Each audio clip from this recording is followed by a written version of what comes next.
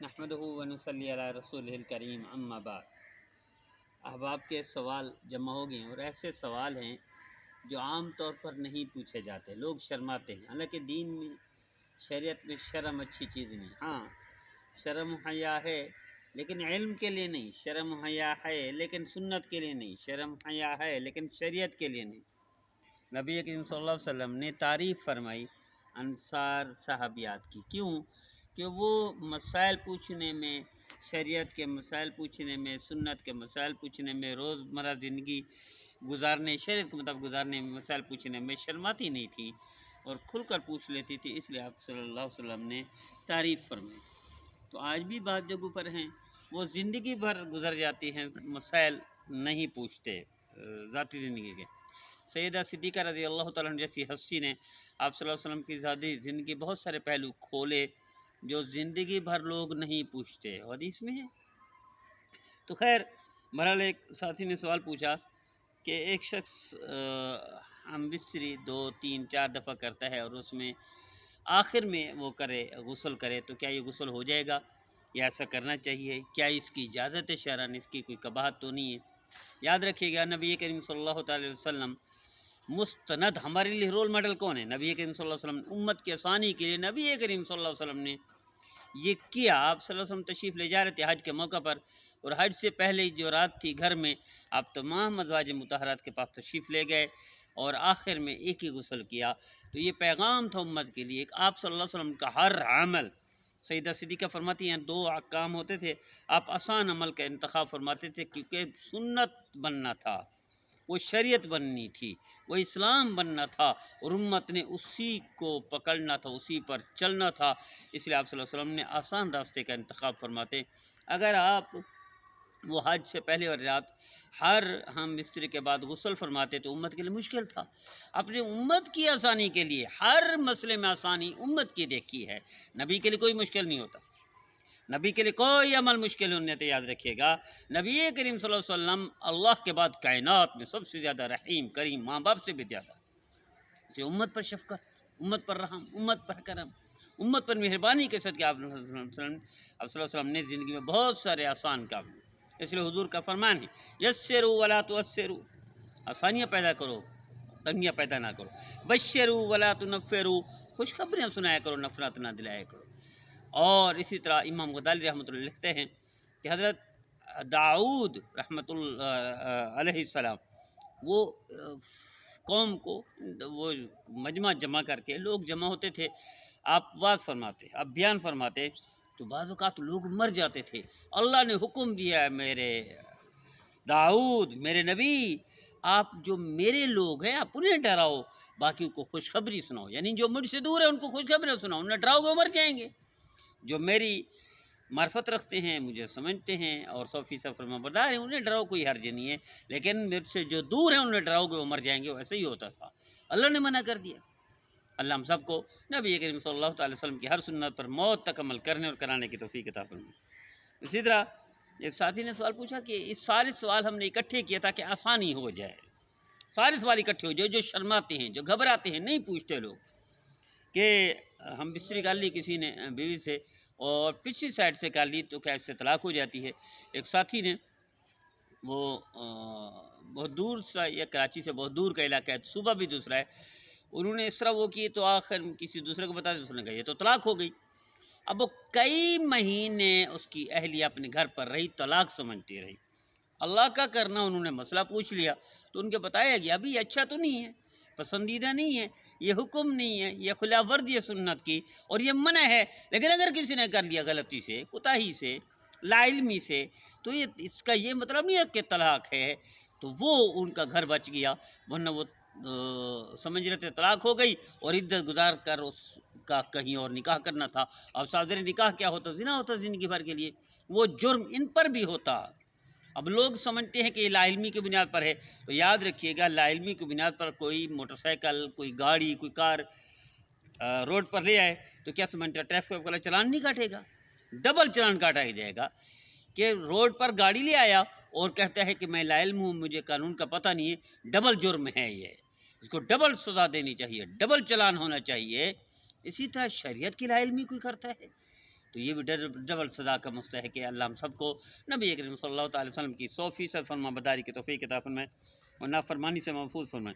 سیدھے ایک ساتھی نے سوال پوچھا، ایک شخص وہ کرتا ہے، ہم مصری کرتا ہے لیکن غسل کئی دن نہیں کرتا، تو کیا ہوتا ہے؟ یاد رکھیے گا، شیاطین گھروں میں نہیں آتے، شیاطین آبادیوں میں نہیں آتے، شیاطین کہاں ہوتے ہیں، اثرات کہاں آتے ہیں، تعویذ جادو کا یہ منجن عامل لوگ کہاں بیچتے ہیں؟ آپ کسی بھی عامل کے پاس چلے جائیں، وہ کہیں گے، اور ملاقات کریں آپ ان سے، اپنا حلوہ پوچھو، کہیں گے آپ پر تعویذ ہو گیا، آپ پر جادو ہو گیا۔ یہ جادو اور تعویذ کس پر چلتا ہے؟ یہ اثرات نحوست کس پر آتے ہیں؟ اس گھر پر آتے ہیں جس میں ہماری بہنیں یا بھائی کئی دن غسل نہیں کرتے، ناپاک رہتے ہیں، پلید رہتے ہیں، اس پر یہ خود جادو ہے، یہ خود اثر ہے، یہ خود تعویذ ہے، یہ خود ٹونا ہے، یہ خود منتر ہے۔ تو اس کی نحوست ہوتی ہے، اس کا وبال ہوتا ہے، جس کی وجہ سے لوگ سمجھتے ہیں کہ جادو ہو گیا، تعویذ ہو گیا، ہمارا گھر باندھ دیا گیا، ہمارا کاروبار باندھ دیا گیا، ہماری دکان نہیں چلتی، مکان نہیں چلتی، ہمارا بزنس نہیں ہے۔ تو ساری نحوست اس کی وجہ سے ہوتی ہے کہ اللہ کے رسول کے نافرمان ہیں، وہ پاک نہیں رہتے، پلید رہتے ہیں، گندے رہتے ہیں۔ گندگی میں اثرات بھی گندگی کے ہوں گے، پاکی کے نہیں ہوں گے۔ اللہ ہر میرے بھائی میرے بہن کو 100% صاحب اعمال بنائے، صاحب کردار بنائے، اور نبی کریم صلی اللہ علیہ وسلم کی 100% فرما برداری کی توفیق عطا فرمائے اور نافرمانی سے محفوظ فرمائے۔ اسی طرح صدر نے سوال پوچھا کہ ہم بستری کے دوران حیض آ جائے تو کیا کرنا چاہیے؟ یاد رکھیے گا، ہم بستری پاکی کے دنوں میں ہیں، پلیدی کے دنوں میں منع ہے، حیض کے دنوں میں منع ہے، لیکن اگر ہم بستری کے دوران حیض آ جائے تو فوری الگ ہو جائے، فوری توبہ کر لے، پھر نہ کرے۔ لیکن اگر کوئی کرتا ہے حیض کے ساتھ ہی وہ کرتا ہے تو اس کو بیماری ضرور ہوگی۔ کئی ساتھیوں کو بیماری لگی ہے، میں مثال جان نہیں سنانا چاہتا، یہ ڈاکٹر حضرات بھی جانتے ہیں کہ بعض بیماریاں ہوتی بھی اسی وجہ سے۔ اب اس کی طرف ڈیٹیل میں نہیں جانا چاہتا کہ کسی بھی ڈاکٹر کے پاس چلے جائیں، کچھ نہ کچھ دن میں بیمار رہتے ہیں جو ہم حیض کے دنوں میں وہ کرتے ہیں، بیویوں کے پاس جاتے ہیں اور حیض کے دنوں میں احتیاط نہیں کرتے، حیض کے دنوں میں ہم مصری کرتے ہیں، تو یقیناً پھر تباہی و بربادی بھی ہوگی، نحوست بھی ہوگی، وبال بھی ہوگا اور بیماریاں بھی آئیں گی۔ آج ہمارا معاشرہ بیماریوں کا گھر۔ دیکھیں نبی کریم صلی اللہ علیہ وسلم کے دور میں مدینہ منورہ میں ایک ڈاکٹر آیا تھا دور کا، آخر کار اس کو بوریا بستر اٹھا کے بھاگنا پڑ گیا تھا کہ وہاں کوئی بیماری نہیں ہوتا تھا۔ کیوں بیمار نہیں ہوتے تھے؟ سارے شریعت کے پابند تھے، سارے اسلام پر عمل کرتے تھے، سارے سنت کے پابند تھے، نبی کریم صلی اللہ علیہ وسلم کے ہر فرمان پر عمل کرتے تھے، سر جھکاتے تھے، تو بیمار کہاں ہوں گے؟ ہم نے تو کھانے میں بھی احتیاط نہیں کی، سنت کو نہیں دیکھا، ہم نے تو یعنی کسی معاملے میں بھی سنت کو نہیں دیکھا، نبی کریم صلی اللہ علیہ وسلم کے فرمان کو نہیں دیکھا، نبی کے طرز عمل کو نہیں دیکھا۔ آپ کیا کھاتے تھے، کیا پیتے تھے، کیسے کھاتے تھے، کیسے پیتے تھے، کیا آرام کرتے تھے، کیسے، تو ہم نے وہ عمل نہیں کیا۔ آج دیکھیں نا، ہر جگہ پر جہاں کھاپے ہیں، جہاں ریسٹورنٹ ہیں، جہاں یہ گلیاں آباد ہیں، ایسے رش لگا رہتے ہیں کہ بعد اوقات کئی منٹ انتظار کرنا پڑتے ہیں، وہاں کرسیاں نہیں ہوتی۔ کرفٹا میں یہیں کراچی میں ایک جانا ہوا تو ایک لمبی داستان ہے، وہ ایک الگ کہانی ہے کہ ہمیں 20 منٹ انتظار کرنا پڑا کہ وہاں ٹیبل فارغ نہیں تھے۔ اچھا، وہاں 2 ہوٹل ہے، ایک ہی طرح کی ڈش ہے، ایک ہی خاندان کے 2 بندوں نے ہوٹل بنائے ہوئے ہیں، ڈشیں بھی ایک جیسی ہیں اور دکانیں بھی ایک جیسی ہیں، یعنی ہوٹل ایک جیسے ہیں۔ ایک پر اتنا رش ہے 20 منٹ انتظار کرنا پڑا، دوسرا مکھیاں مار رہا تھا۔ اس کے پیچھے وجہ تلاش کی گئی تو ایک فرمانبردار تھا والد کا، دوسرے والد کے ساتھ رہتا تھا، والدین کے ساتھ رہتا تو ان کی خدمت کرتا تھا، فرمانبردار تھا، دوسرا دور رہتا تھا، کئی دن چکر نہیں لگاتا تھا، اس کی وجہ سے اثرات ہے۔ تو خیر بہرحال 20 منٹ انتظار کرنا پڑ گیا ہمیں۔ اللہ ہم سب کو نبی کریم صلی اللہ علیہ وسلم کی ہر سنت پر موت تک عمل کرنے اور کرانے کی توفیق عطا فرمائے اور نافرمانی سے محفوظ فرمائے۔ اسی طرح ایک ساتھی نے سوال پوچھا کہ بزرگ کسی نے ہم بستری کے بعد غسل نہیں کیا اور صبح پھر حیض آ گیا، کوئی ہماری بہن ہے، کوئی عورت ہے، اب یہ غسل کرے گی یا نہیں کرے گی؟ یاد رکھیے گا، اب یہ غسل، دیکھیے نبی کریم صلی اللہ علیہ وسلم کی سنت کیا ہے کہ آپ ہم بستری کے بعد فوری غسل کرتے تھے۔ آپ نے امت کے لیے آسانی کی، امت کے لیے آسانی کی، مثلا صبح غسل فرمایا، لیکن رات کو یعنی استنجا ضرور فرمایا، رات کو وضو ضرور فرمایا، فوری امت کی آسانی کے لیے، ورنہ نبی کے لیے نہانا کوئی مشکل نہیں ہوتا۔ آپ امت کی آسانی کے لیے جیسے یسروا ولا تعسروا، آسانیاں دو امت کو، تنگیاں پیدا نہ کرو، اور ہم تنگیاں پیدا کرتے ہیں۔ نبی کریم صلی اللہ علیہ وسلم کم سے کم یا تو استنجا فرماتے تھے یا وہ وضو کر لیتے تھے۔ ہاں یہ ممکن ہے کہ اپنے غسل دیر سے فرمایا ہو، لیٹ فرمایا، یعنی صبح کی نماز سے پہلے، لیکن ہمارے ہاں تو علمی ہے، روزے کے ساتھ بھی بیچارے غسل نہیں کر پاتے، صبح کی نماز لیٹ کر دیتے ہیں، سردی کا بہانہ بنا لیتے ہیں یا پانی کا بہانہ بنا لیتے ہیں اور اس کو بہت دیر تک رکھتے ہیں، یعنی ناپاکی میں رہتے ہیں، یقیناً تباہی ہوگی، معاشرہ برباد ہوگا، افراتفری کا شکار ہوگا، اپ اینڈ ڈاؤن ہوں گے۔ تو نحوست کے کیوں ہے کہ سنت پر عمل نہیں کیا، سنت سے دور ہے، نبی کریم صلی اللہ علیہ وسلم کی زندگی سے دور ہے، نبی کریم صلی اللہ علیہ وسلم کی برکت سے دور ہے، آپ صلی اللہ علیہ وسلم کے فرمان سے ہٹے ہوئے ہیں، تو پھر برکت کہاں آئے گی؟ اللہ ہر میرے بھائی میرے بہن کو نبی کریم صلی اللہ علیہ وسلم کی فرما برداری کی توفیق عطا فرمائے، نافرمانی سے محفوظ فرمائے۔ اسی طرح کے ساتھ نے سوال پوچھا، میاں بیوی منی شرمگاہ کو بوس و کنار کرتے ہیں تو کیا کرنا چاہیے؟ یاد رکھیے گا نبی کریم صلی اللہ علیہ وسلم کا یہ طرز عمل نہیں، صحابہ کرام کا یہ طرز عمل نہیں ہے۔ سیدہ صدیقہ فرماتی ہیں زندگی بھر شرمگاہ کو نہیں دیکھا، زندگی بھر نہ نبی کریم صلی اللہ علیہ وسلم نے، اور یہ حدیث میں ہے۔ یہ طرز عمل کس کا ہے؟ انگریزوں کا۔ طرز عمل کس کا ہے؟ یہودیوں کا۔ طرز عمل کس کا ہے؟ ہندو کا۔ طرز عمل کس کا ہے؟ اللہ کے دشمنوں کا۔ طرز عمل کس کا ہے؟ اسلام سے باغیوں کا۔ اب یورپ میں چلے جائیں، کوئی تمیز نہیں، نہ ماں کی تمیز ہے، نہ بیٹی کی تمیز ہے، نہ بہن کی تمیز ہے، نہ بیوی کی تمیز ہے، نہ ان کی طرز معاشرت ہے، نہ طرز معیشت ہے، نہ ان کے طرز زندگی ہے، نہ ان کا یعنی کوئی ابتدا ہے، نہ کوئی انتہا ہے۔ اللہ سے بھی دور ہے، اللہ کے نبی سے بھی دور ہے۔ آپ اندازہ کریں ابھی جو آگ لگی ہوئی ہے، اس آگ لگنے سے ایک رات پہلے سب سے بڑے اداکار جیمز مہنگا گھر اس کا جلا ہے، وہ کیا کر رہا تھا؟ وہ بکواس کر رہا تھا کہ اس معاشرے میں یعنی امریکہ میں ہمیں اللہ نہیں چاہیے، امریکہ میں اللہ کی کوئی ضرورت نہیں، اور اس کے بعد گھر جل گیا اس کا، یعنی یوں سمجھے کھربوں روپے کا گھر جل گیا، مہنگا ترین گھر جل، اور یہ مہنگا ترین لاس اینجلس کا وہ ہے شہر ہے، راکھ بنا دیا اللہ نے ان کو نافرمانی کی وجہ سے کہ اللہ ہمیں نہیں چاہیے، پھر اللہ نے کر کے دکھا دیا۔ میرے استاد محترم شیخ الاسلام حضرت اقدس مطلق عثمانی صاحب فرماتے ہیں لاس اینجلس میں جانا ہوا تو وہاں دنیا کا مہنگا بازار ہے، دنیا کا مہنگا شہر ہے، مہنگی شاپنگ ہوتی ہے۔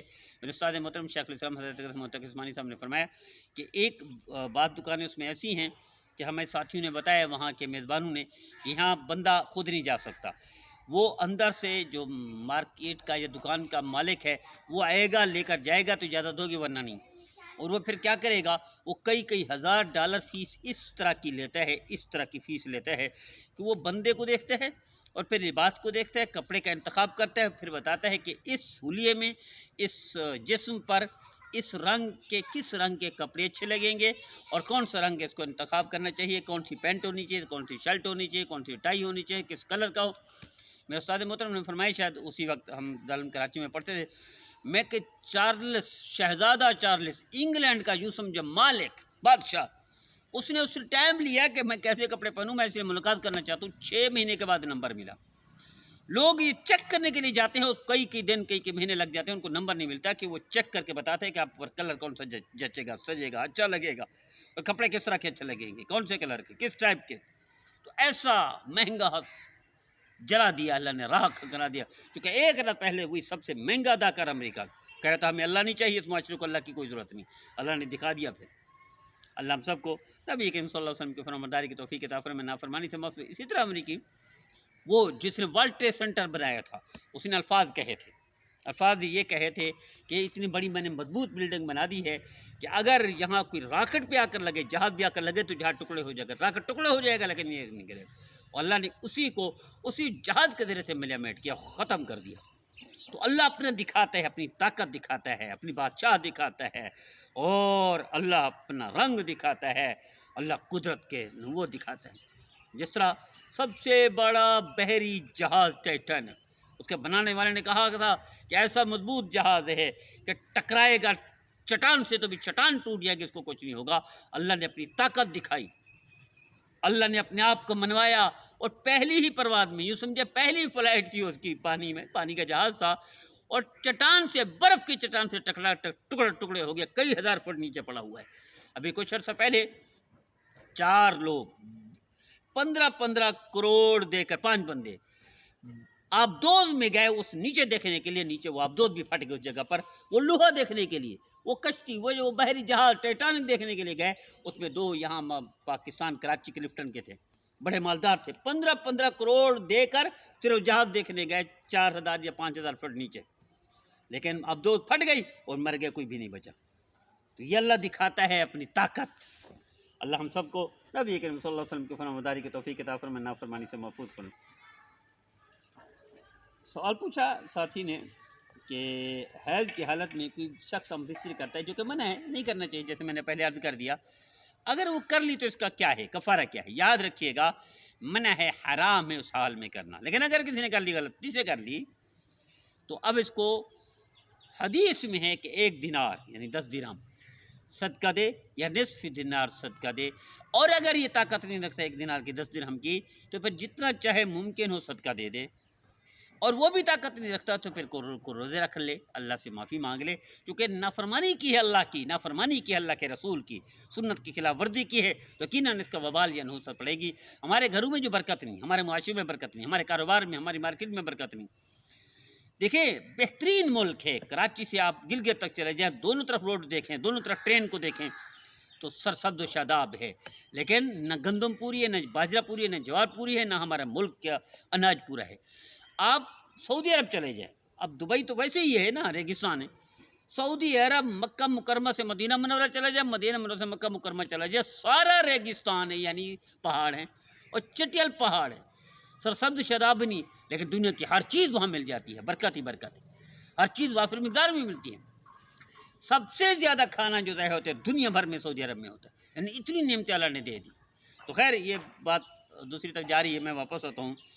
تو یہ وجہ ہے کہ کوئی نہ کوئی وبال، کوئی نحوست ہے ہمارے معاشرے میں، وہ نحوست اللہ کے رسول کی نافرمانی ہے، یقیناً اس کا کردار ہے، نافرمانی کا کردار ہے۔ معیشت میں بھی نافرمانی کرتے ہیں ہم، معاشرت میں بھی نافرمانی کرتے ہیں، معاشرت میں بھی نافرمانی کرتے ہیں، اخلاقیات میں بھی نافرمانی کرتے ہیں، ہمارا ٹوٹل معاشرہ نافرمان ہے اللہ کو، اللہ کے رسول کا، اس کی بغاوت کی سزا مل رہی ہے ہمیں۔ اللہ ہم سب کو نبی کریم صلی اللہ علیہ وسلم کی فرمانبرداری کی توفیق عطا فرمائے، نافرمانی دے۔ اسی طرح ایک ساتھی نے سوال پوچھا، حالت حیض میں ہم بستری کو کوئی شخص حلال سمجھے، کوئی شخص حلال سمجھے تو کیا کافر ہو جائے گا؟ مکروہ تحریمی ہے، ہم بستری کو حلال سمجھنا مکروہ تحریمی ہے، یعنی منع ہے، کافر تو نہیں ہوگا، لیکن یہ نافرمانی اللہ کی، اللہ کے رسول کی، یقیناً کوئی نہ کوئی وبال آئے گی۔ یہ جو سزا ملتی ہے اللہ نے خود نے فرمایا قرآن میں، ظہر الفساد فی البر والبحر بما کسبت ایدی الناس، یہ جو تم پر فساد آتا ہے یا معیشت تمہاری آزمائش آتی ہے یا تمہاری تکلیفیں آتی ہیں، کس وجہ سے آتی ہیں؟ کوئی نہ کوئی تمہارے ہاتھ کی کمائی ہوتی ہے، یہ نافرمانی ہوتی ہے اللہ کے، اللہ کے رسول کی۔ امام غزالی رحمۃ اللہ نے لکھا ہے، حضرت آدم علیہ السلام کا ڈھانچہ بنایا گیا اور اللہ نے فرمایا فرشتے کو جاؤ ان کو لٹاؤ زمین پر، اللہ نے فرمایا بارش کے فرشتے کو 40 دن بارش کرو اس پر، 40 دن بارش کی گئی، 39 دن بارش غم کی، پریشانی کی، مصیبت کی، تکلیف کی، بیماریوں کی، دکھ درد کی، اس کی تھی، 1 دن خوشی کی تھی۔ اور یہی سسٹم چلے گا امت کے ساتھ، امت مسلمہ کے ساتھ، مسلمان کے ساتھ بھی قیامت تک یہی چلے گا۔ اللہ ہم سب کو نبی کریم صلی اللہ علیہ وسلم کی فرمانبرداری کی توفیق عطا فرمائے، نافرمانی سے محفوظ ہوں۔ اسی طرح ایک ساتھی نے سوال پوچھا کہ حیض کے بعد غسل سے پہلے ہم بستری کا حکم۔ دیکھیں حیض ختم ہوتا ہے اگر 10 دن میں، اس کے بعد اگر غسل نہ بھی کرے تو میاں بیوی ہم بستری کر سکتے ہیں، اس میں کوئی حرج نہیں، یعنی پوری میعاد گزری، پورے دن گزرے، 10 دن گزر گئے اور غسل نہیں کیا تو ہم بستری کر سکتے ہیں۔ لیکن اگر حیض ختم ہوئے 3 دن میں، 4 دن میں، یا 10 دن پورے نہیں ہوئے اور پھر ہم بستری سے پہلے غسل ضروری لازمی ہے، یہ فرق ہے بس۔ حیض کا پوری میعاد گزر گئی تو پھر بغیر غسل کے بھی ہم بستری کر سکتے ہیں۔ حیض کی پوری میعاد نہیں ہے، 10 دن نہیں ہے، 2 دن ہے، 3 دن ہے، 4 دن ہے، 5 2 دن تو ہوتے نہیں، کم از کم 3 دن ہوتے ہیں، تو پھر غسل ضروری ہے، غسل کرنا چاہیے، اس کے بغیر نافرمانی ہوگی، پھر وہ بھی خلاف ورزی ہوگی شریعت کی، سنت کی۔ اللہ ہم سب کو نبی کریم صلی اللہ علیہ وسلم کی فرمانبرداری کی توفیق عطا فرمائے، نافرمانی سے محفوظ۔ ساتھ نے سوال پوچھا ہم بستری سے پہلے 2 رکعت نفل، دیکھیے نبی کریم صلی اللہ علیہ وسلم کی سنت ہے اور یہ مستحب ہے اور یہ ثابت ہے، لیکن کوئی زبردستی لٹھ مارے بیوی کو کہ چل کھڑی ہو جا، تو نہیں پڑھے گی تو کافر ہو جائے گی، یہ بھی زیادتی، یہ بھی ظلم ہے۔ میرے استاد محترم شیخ الاسلام حضرت رحمۃ اللہ عثمانی صاحب نے فرمایا، ایک دفعہ ہمارے والد صاحب حضرت مفتی اعظم پاکستان مفتی شفیع صاحب رحمۃ اللہ تشریف لے گئے ایک جگہ پہ، ہوٹل پر کی پروگرام تھا، بیان بھی تھا اور ساتھ کھانا بھی تھا، تو 1 2 ساتھی جو ان پڑھ تھے، جو دین کے کسی شعبے میں لگے ہوئے تھے، اور نیچے بیٹھ کر کھانے لگے، چونکہ سارے کرسیوں پر بیٹھے تھے، پورا حال کرسیوں کا تھا، وہ نیچے بیٹھ گئے، تو حضرت مفتی اعظم پاکستان نے فرمایا کھڑے ہو جاؤ، بیٹھو ادھر کرسیوں پر، اس پر توہین نہ کرو سنت کی۔ تو جب پورا مجمع ہی اس پر بیٹھا ہو، وہاں ایک بندہ کوئی یہ کرے تو ڈرامہ سا لگتا ہے، یوں سمجھے سنت کی خلاف ورزی کر رہے ہیں، سنت کی توہین کر رہے ہیں، تو لوگ کیا سمجھیں گے؟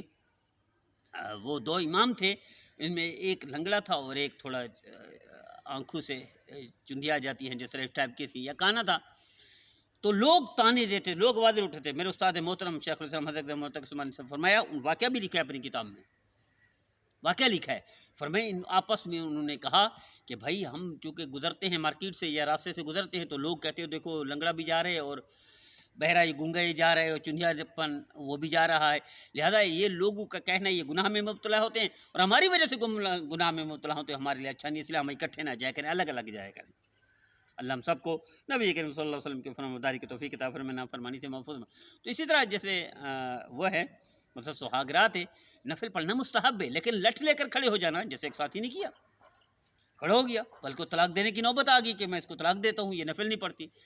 بھائی طلاق دیتے ہیں، ہو سکتا ہے وہ میک اپ مہنگا کیا ہوتا ہے، بعض اوقات دلہن جو ہے وہ میک اپ بہت مہنگا کیا ہوتا ہے، بعض اوقات یوں سمجھے 50,000 کا میک اپ ہوتا ہے. اب ایسا میک اپ کروا کے بیٹھی ہوئی ہے بیچاری، اب اس کو کہیں آپ وضو کرے، وہ صاحب تیرے میک اپ کیا ہوا ہے اس نے دوپہر سے اور رخصتی ہو رہی ہے رات کو 3 بجے، تو وضو تو نہیں ہوگا بیچاری کا.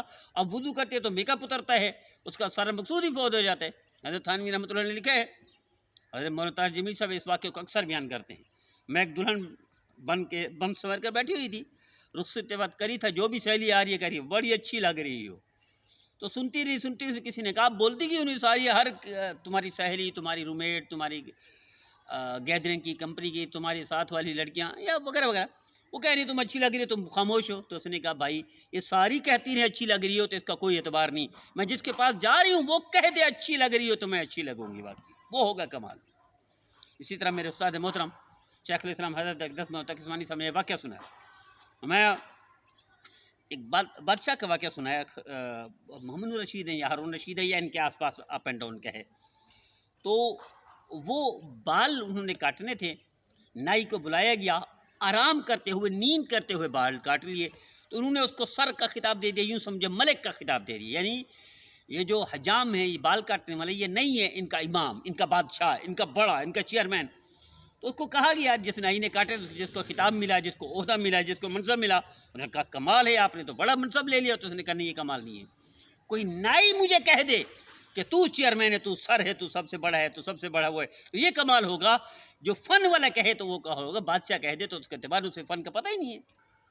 تو یہ ہے پیغام اصل میں.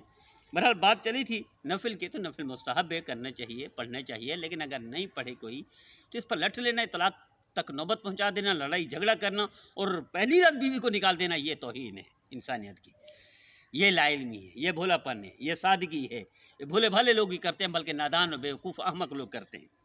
اللہ ہم سب کو نبی کریم صلی اللہ علیہ وسلم کے فرمانبرداری کی توفیق عطا فرمائے اور نافرمانی سے محفوظ فرمائے. ہمارا سلسلہ خالص اصلاحی و تربیتی ہے.